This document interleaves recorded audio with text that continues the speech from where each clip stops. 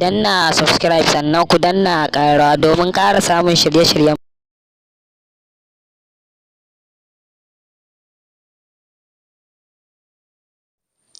jama'a. Muna fatan bidiyon nan namu zai burge ku. A danna mana alamar like idan bidiyon ya burge ku domin wasu ma su ƙara samun shirye-shiryenmu. Sannan a danna mana subscribe, sannan a danna mana alamar ƙararrawa domin duk dai ƙara samun shirye-shiryenmu. Mun gode.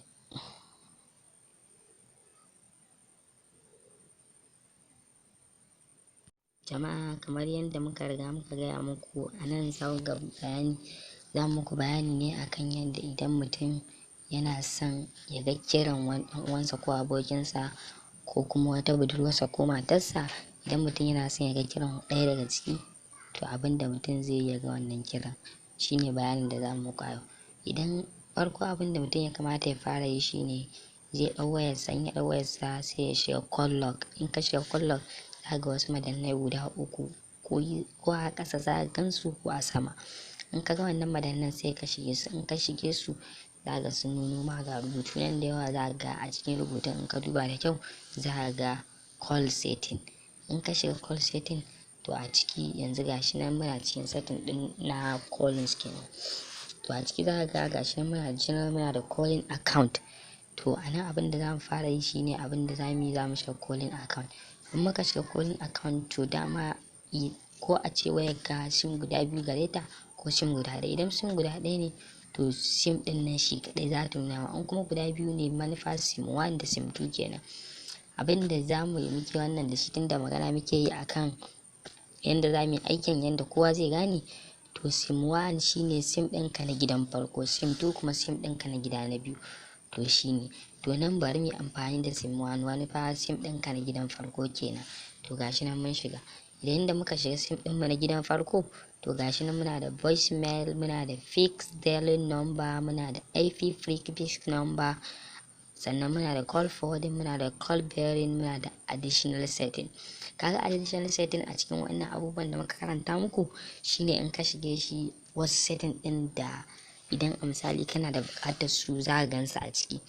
To nan shine mu abin da za mu yi amfani da shi a nan shine abu ne guda ɗaya, shine za mu yi amfani da call forwarding. Call forwarding ɗin da za mu yi amfani shine zai mana aikin abin da muka riga muka gaya muku za mu yi aiki a kansa. To gashi nan mun shiga call forwarding, gashi nan yana reading setting ɗin, kasantin da abu ne na wani dole gashi nan ya riga ya buɗe mana. To buɗe mana nan da ya yi gashi nan ya bamu always forward, sannan when busy, sannan when on answering, sannan when unreachable. To abin da muke muku bayani shine anan shine always forward din nan da ya bamu. To idan ko da yaushe shi number da kake so, idan ka an kira wayar da kake so in an kira, idan ko da yaushe kiran ya dinga shigowa wayarka. When busy kuma idan lokacin da ita waccan wayar da kake son kiran nata ya shigo wayarka idan tana busy. When on answering kuma idan wayar da kake so kiran naka ya shigo idan lokacin da take on answering, lokacin da ba a ansa kiran ba. When unreachable shi ma daidai gashi nan, amma kun gansu nan gashi nan always forwarded ɗinmu gashi nan off yake. When busy shi ma off yake. When on answering shi ma off yake. When unreachable shi ma disable yake. Kaga shi ma duka off yake. To nan shine gashi nan sai mu shiga always forwarding, mu da shi za mu yi amfani. To always forwarding ɗin nan da muka shiga za ka sa number da kake so shi in an kira ka kiran ya tafi number wayar da kake so nan shine za ka sa wannan number. Gashi nan number ce za ka sa ta. In ka sa sai ka danna turn on.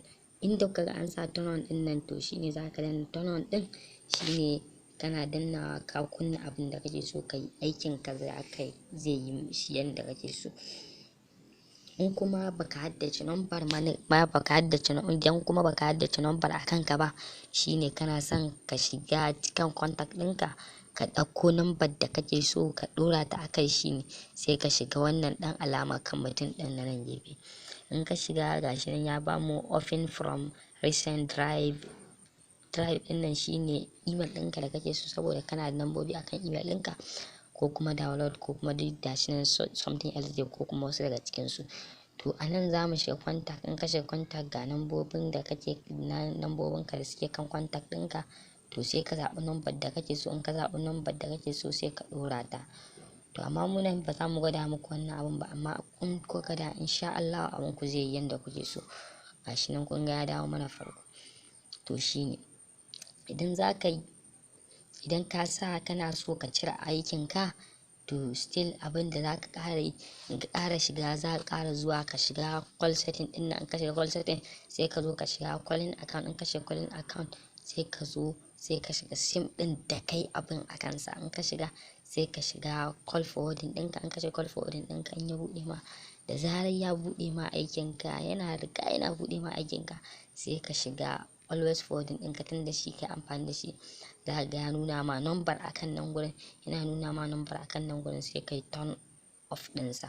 Kana yin wannan shikenan aikin ka riga ka yi shi, abin da kake so ka yi shi. To sannan bayan wannan akwai wani abu still da muke so, wata hanya ta daban kuma wadda za ka yi wannan abin ba tare da wannan ba. Akwai hanyar code, manufa code da muka ce, akwai hanyar da za ka yi amfani da lambobi wanda kawai in ka shiga cikin ka shiga